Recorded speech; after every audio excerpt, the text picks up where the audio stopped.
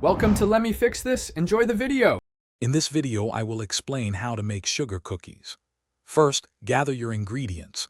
2 1/4 cups of all-purpose flour, 1 cup of unsalted butter, 1 cup of granulated sugar, 1 large egg, 1 teaspoon of vanilla extract, and 1/2 teaspoon of baking powder.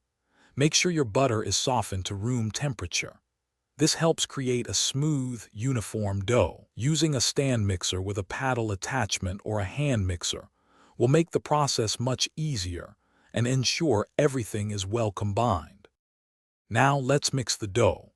In your mixer, cream together the softened 1 cup of butter and 1 cup of granulated sugar on medium speed until light and fluffy, about 2 to 3 minutes. Next, beat in 1 large egg and 1 teaspoon of vanilla extract until fully incorporated. Finally, gradually add the 2 1/4 cups of all-purpose flour and 1/2 teaspoon of baking powder, mixing on low speed until just combined. Be careful not to overmix. After mixing, it's crucial to chill your dough. Wrap the dough in plastic wrap and refrigerate for at least 1 hour or even overnight. This prevents cookies from spreading too much during baking and makes the dough easier to handle. Once chilled, lightly flour your work surface and rolling pin. Roll the dough to an even thickness of about 1/4 inch. Then, use your favorite cookie cutters to create fun shapes.